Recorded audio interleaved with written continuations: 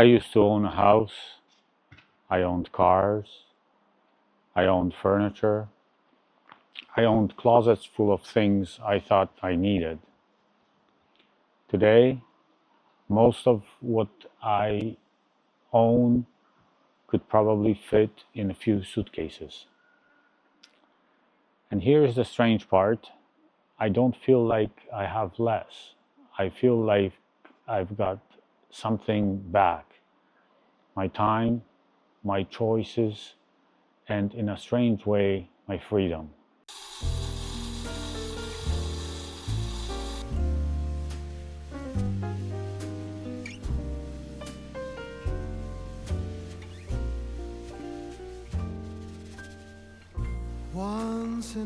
Because somewhere along the way, I started asking myself a question.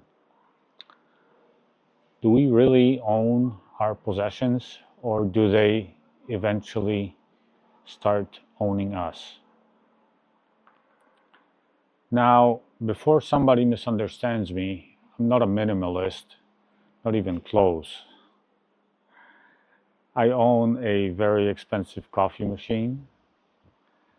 I have expensive cameras. I have a powerful computer. I have a motorcycle that I'm definitely not planning to give away. So this isn't going to be one of those videos where I tell you to sell everything, buy a backpack, and go and live in the woods. That's not me. This is about something completely different. And it took me almost all my life to understand it. The two suitcases, a couple of years ago, after living in Canada for more than 4 decades, I decided to return to Poland. And when I came back, I came with two suitcases and a backpack. Think about that. More than 40 years of life, and what came with me? Two suitcases. Everything else stayed behind. Furniture, things I'd bought, things I'd stored, things that at some point I thought were important, and I expected that getting rid of all that would make me feel like I'd lost something. It didn't. I felt incredibly light. And that's when I started realizing that maybe we'd been sold a strange definition of success. We spent years adding things to our lives: another room, another car, another piece of furniture, another payment, another thing that needs insurance, maintenance, cleaning, repairing, and every individual thing seems harmless until one day you realize that you're not just paying for all these things with money, you're paying for them with your time. And time is one thing nobody can earn back. But I didn't really understand this from my own house. I understood it much better later by working on other people's houses. And that's where things got interested. I owned a landscaping business for many years. And because of that, I spent a lot of time around beautiful houses, big houses, new houses, expensive houses, the kind of places you drive past and think, that person has made it. And sometimes that's true, but sometimes the reality behind the gate looks very different. I've had clients who own beautiful homes but have very little cash available. They want the garden, they want the irrigation system, they want the lawn, they want everything finished. But we have to break the project into payments because there's simply not enough money available to do everything at once. And I'm not criticizing these people. That's important. I don't know their entire financial situation, and owning a home can be a fantastic decision, especially when you're raising a family. But seeing this over and over made me ask myself something.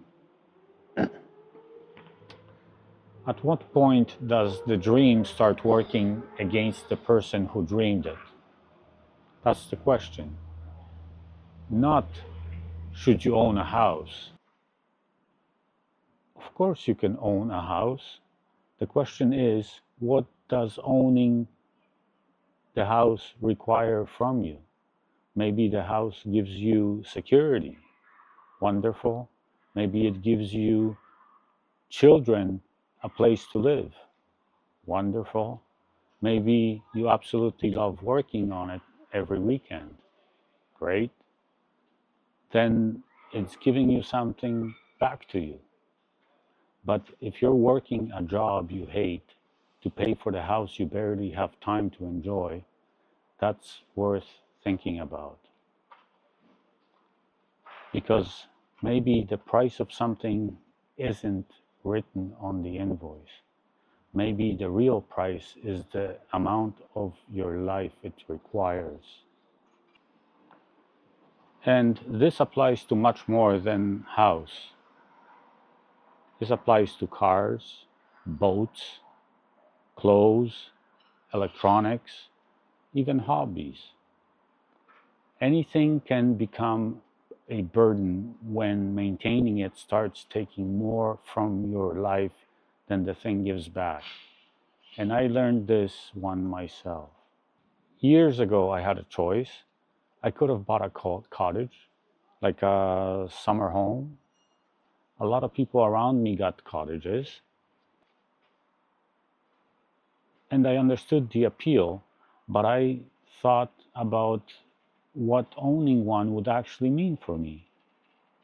To cut grass, repairs, do maintenance, driving there, looking after another property, and I realized I didn't actually want a cottage.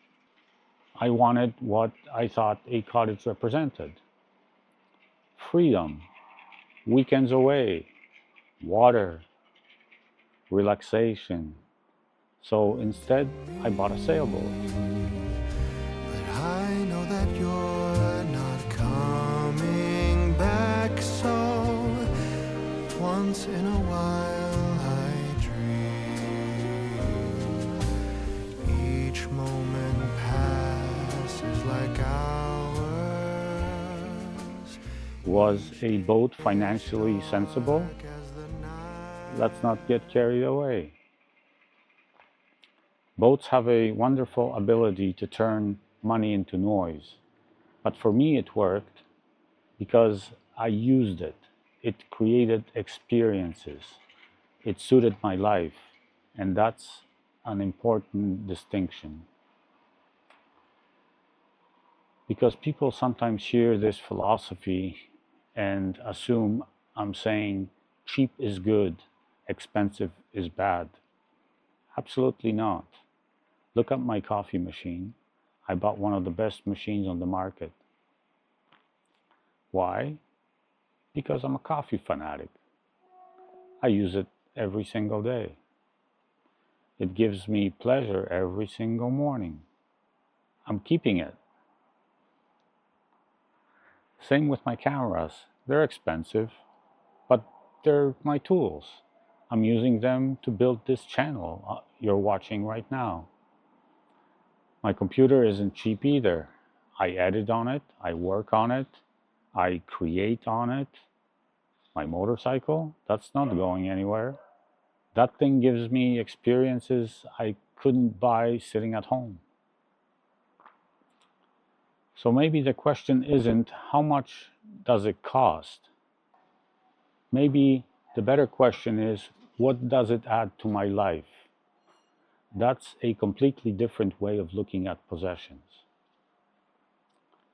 And once I started asking that question about things, something unexpected happened. I started asking the same question about everything else: my work, the places I go to, how I spend my time, and even the people I allow into my life. I think when we're younger, accumulating things makes sense. We're building, we're establishing ourselves, maybe raising children, creating security. There's absolutely nothing wrong with that. The problem comes when we never update the definition of success. We keep adding simply because we've spent our entire lives believing that more means better. But more house means more house to maintain, more cars means more cars to service, more possessions mean more things to store, insure, clean, repair, and think about that. At some point, you have to ask, is this still improving my life? Or am I maintaining a life I don't even want anymore? There's a simple idea often attributed to Warren Buffett. If you keep buying things you don't need, eventually you may have to sell things you do need. Whether we're talking about money or life itself, I think there's something powerful in that, because we're always spending something: money, attention, energy, and most importantly, time. Today, I rent a furnished apartment in Warsaw. The couch isn't mine. The table isn't mine. Most of what's around me isn't mine. And I love that. If tomorrow I decide I want to live somewhere else, there isn't a truckload of furniture holding me there. The coffee machine is coming with me, obviously. And maybe the biggest thing we've learned: freedom doesn't necessarily mean owning nothing. And it certainly doesn't mean being poor. Freedom is knowing what is enough for you, not for your neighbor, not for your friends, not for Instagram, for you. Maybe your dream really is a large house. Then build it. Maybe it's a small apartment. Live there. Maybe it's a farm, a sailboat, a motorcycle, a family home full of children. None of these choices is automatically better than the other. The danger begins when we stop choosing and simply start following the script somebody else handed us. I spent a large part of my life acquiring things. Today, I'm much more interested in acquiring something else: life experiences, interesting conversations, places I haven't seen, people worth knowing, and mornings when I can sit down with a really good cup of coffee and know that my day still belongs to me. So here's a question I want to leave with you.